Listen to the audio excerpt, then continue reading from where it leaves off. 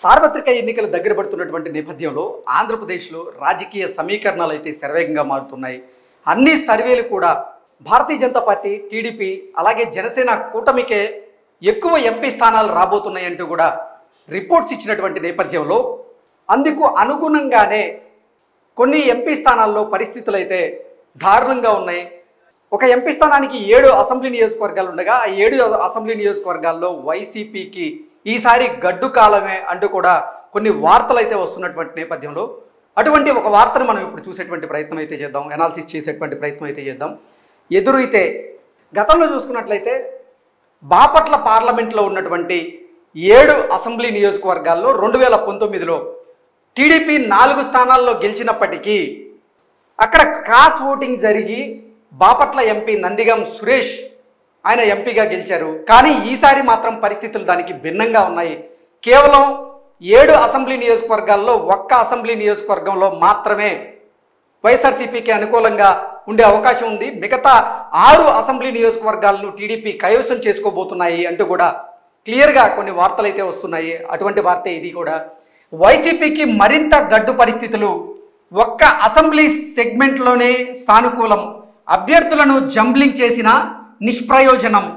ఇది బాపట్ల పార్లమెంటు నియోజకవర్గ ముఖ చిత్రం అంటూ, అంటే వైఎస్ఆర్సీపీకి సంబంధించినటువంటి అభ్యర్థులని షఫ్లింగ్ చేసినప్పటికీ కూడా అక్కడ వ్యతిరేకత తగ్గలేదు. అక్కడ ఈసారి జరగబోయేటువంటి ఎన్నికల్లో 7 అసెంబ్లీ నియోజకవర్గాలకు గాను 6 అసెంబ్లీ నియోజకవర్గాలు టీడీపీ పక్కాగా గెలవబోతుంది అంటూ కూడా ఈ వార్త సారాంశంగా మనం చూడొచ్చు. బాపట్ల పార్లమెంటు నియోజకవర్గం వైసీపీ అభ్యర్థిగా ఎంపీ నందిగం సురేష్ మళ్లీ బరిలో నిలిచారు. ప్రభుత్వ సంక్షేమ పథకాలే గెలిపిస్తాయనే ధీమా వ్యక్తం చేస్తున్నారు. వివిధ అసెంబ్లీ సెగ్మెంట్లలో అటు వాళ్ళని ఇటు, ఇటు వాళ్లను అటు మార్చినందున విభేదాలు సమసిపోయి ఐక్యంగా పార్టీని గెలిపిస్తారని భావిస్తున్నారు. కృష్ణా నదిలోని మేట భూములకు పట్టాలు ఇవ్వడం వల్ల పేదలంతా తమ పక్షమేనని నందిగం సురేష్ గారు నమ్ముతున్నారు. టీడీపీకి మద్దతుగా ఉన్నటువంటి మాదిగ సామాజిక వర్గ ఓట్లను ఈసారి నందిగం సురేష్ కొంతమేరకైనా సరే గెలుచుకునే అవకాశం ఉన్నట్లుగా కూడా ఈ వార్త సారాంశంగా మనం చూస్తూ ఉన్నాం. ఎలాగో బాపట్ల, చీరాల, పర్చూరు సెగ్మెంట్లలోని మాల సామాజిక వర్గ ఓట్ల మద్దతు ఉంటుంది. ఇప్పటికే నందిగం సురేష్కి బాపట్ల, చీరాల అలాగే పర్చూరు కాన్స్టిట్యున్సీస్లో ఉన్నటువంటి మాల సామాజిక వర్గ ఓట్లయితే నందిగం సురేష్ గారికి అనుకూలంగా ఉన్నట్లుగా ఈ వార్త తెలియజేస్తూ ఉంది. నెక్స్ట్, క్షేత్రస్థాయిలో వాస్తవ పరిస్థితులు. అంటే ఇప్పటి వరకు మనం చెప్పుకున్నవన్నీ కూడా ఆయన అభిప్రాయం ప్రకారంగా ఈసారి మాదిగల ఓట్లు మాకే ఉంటాయి, మాలల ఓట్లు మాకే ఉంటాయి అంటూ నందిగం సురేష్ గారు ఢంకా బజాయిస్తున్నారు. కానీ వాస్తవ పరిస్థితులు క్షేత్రస్థాయిలో అందుకు భిన్నంగా ఉన్నాయి. వేమూరు ఎమ్మెల్యే మంత్రి మేరుగు నాగార్జునను ఈసారి వేమూరులో కాకుండా సంతనూతలపాడు నుంచి ఆయన్ని పోటీ చేయిస్తున్నటువంటి నేపథ్యంలో అక్కడ సుధాకర్ పైన ఇప్పుడు సుధాకర్ని అభ్యర్థిగా ప్రకటించారు. అక్కడ సుధాకర్ పైన వ్యతిరేకత ఆయనకి శాపంగా మారే అవకాశం ఉందని, సో వేమూరు అసెంబ్లీ నియోజకవర్గంలో ఇప్పుడు అభ్యర్థిగా ఉన్నటువంటి సుధాకర్ గారి వల్ల సురేష్ గారికి ప్రతికూలంగా మారే అవకాశం ఉన్నట్లుగా కూడా ఈ వార్త సారాంశం ప్రకారం అయితే మనం తెలుస్తూ ఉంది మనకి. గత ఎన్నికల్లో వైసీపీ అనూహ్య విజయం సాధించింది. రాజకీయ అనుభవం లేని నందిగం సురేష్ ఎంపీగా గెలిచారు. 7 అసెంబ్లీ నియోజకవర్గాల్లో 4ంటిని టీడీపీ కైవసం చేసుకున్న క్రాస్ ఓటింగ్తో ఆయన బయటపడ్డారు. ఈ దఫా బాపట్ల పార్లమెంటు నియోజకవర్గంలో అంతకన్నా గడ్డు పరిస్థితులు ఎదుర్కోబోతున్నారు నందిగం సురేష్. ఒక్క బాపట్ల అసెంబ్లీ సెగ్మెంట్లో మినహా మరెక్కడా సానుకూలత కనిపించడం లేదు అనేది ఈ వార్త సారాంశం. సో మనం చెప్పుకున్నట్లుగా బాపట్ల ఎంపీ స్థానంలో ఉన్నటువంటి 7 అసెంబ్లీ సెగ్మెంట్లలో కేవలం బాపట్ల అసెంబ్లీ సెగ్మెంట్ మినహాయించి మరెక్కడ నందిగం సురేష్కి అనుకూలంగా లేదు, ప్రతికూల వాతావరణమే ఉంది అన్నట్లుగా మనకైతే తెలుస్తుంది. నిన్న చూసుకున్నట్లయితే అసలు చీరాల, ఇంతకుముందు గతంలో చీరాల వైసీపీ నుంచి ఉన్నటువంటి ఆమంచి కృష్ణమోహన్ కూడా నిన్న వైఎస్ఆర్సీపీ సభ్యత్వానికి నిన్న రాజీనామా చేశారు ఆయన. ఈ నేపథ్యంలో అది కూడా నందిగం సురేష్కు వ్యతిరేకంగా మారే అవకాశం ఉంది అంటూ కూడా రాజకీయ విశ్లేషకులు భావిస్తూ ఉన్నారు. అసలు వైసీపీకి ఉన్నటువంటి సానుకూలతలు, వైసీపీకి ఉన్నటువంటి ప్రతికూలతలు ఏంటనేది ఒకసారి మనం చూసేటువంటి ప్రయత్నం అయితే చేస్తే, వైసీపీకి అనుకూలతలు వాలంటీర్లు, సచివాలయ వ్యవస్థలు, బాపట్ల ఎంపీ పార్లమెంట్ స్థానంలో వైసీపీకి సానుకూలతగా మారే అవకాశం ఉందని, నవరత్నాలతో పాటుగా ప్రతి కుటుంబానికి వ్యక్తిగత లబ్ధి చేకూరడం ఇక్కడ నందిగాం సురేష్కి సానుకూలంగా మారే అవకాశం ఉందని, 3 సెగ్మెంట్లలో మాల సామాజిక వర్గం మద్దతు సురేష్ గారికి ఉండడం అది సానుకూలంగా మారబోతుందని కూడా ఈ వార్త సారాంశంగా మనకు తెలుస్తూ ఉంది. ఎమ్మెల్యేలు, ఇన్ఛార్జీలను మార్చడం వల్ల పార్టీ శ్రేణుల్లో ఐక్యత. సో జగన్మోహన్ రెడ్డి వ్యూహం ఇక్కడ సఫలమైనట్లుగా కూడా మనం భావించవచ్చు. అంటే ఈ పర్టికులర్ ఆర్టికల్తో మనం భావించవచ్చు. ఎమ్మెల్యేలు, ఇన్ఛార్జీలను మార్చడం వల్ల పార్టీ శ్రేణుల్లో ఐక్యత ఏర్పడింది. ఆ ఐక్యత వల్ల కూడా వైఎస్ఆర్సీపీ తరపున పోటీ చేయబోతున్నటువంటి నందిగం సురేష్ అభ్యర్థికి కూడా సానుకూలంగా మారే అవకాశం ఉందంటూ కూడా వీళ్ళు చెప్తూ ఉన్నారు. నెక్స్ట్, కమ్మ సామాజిక వర్గం టీడీపీకి మద్దతు ఇవ్వకపోవడం. అంటే ఈ బాపట్ల పార్లమెంటు పరిధిలో కమ్మ సామాజిక వర్గం టీడీపీకి మద్దతు ఇవ్వకపోవడం ఇక్కడ వైఎస్ఆర్సీపీకి సానుకూలంగా మారే అవకాశం ఉందంటూ కూడా ఈ ఆర్టికల్ ప్రకారంగా మనకు తెలుస్తూ ఉంది. నెక్స్ట్, కూటమి పార్టీల్లో ఓట్ల బదిలీ ఇబ్బందులు.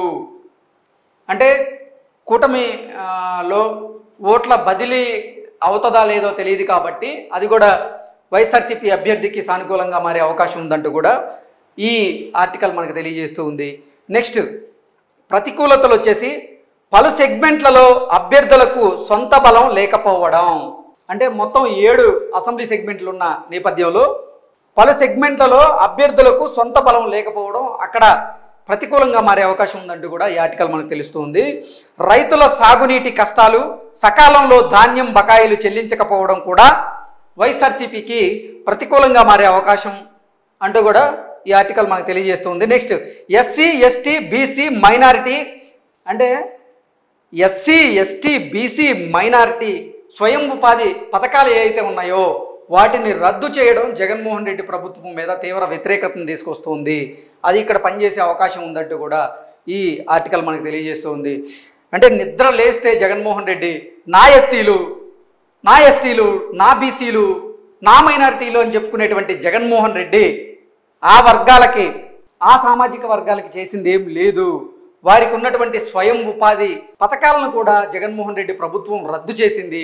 అది జగన్మోహన్ రెడ్డి ప్రభుత్వానికి వ్యతిరేకంగా మారే అవకాశం ఉంది అంటూ కూడా ఈ ఆర్టికల్ మనకు తెలియజేస్తుంది. నెక్స్ట్, ధరల పెరుగుదల, నిరుద్యోగ సమస్యతో మధ్యతరగతిలో అసంతృప్తి.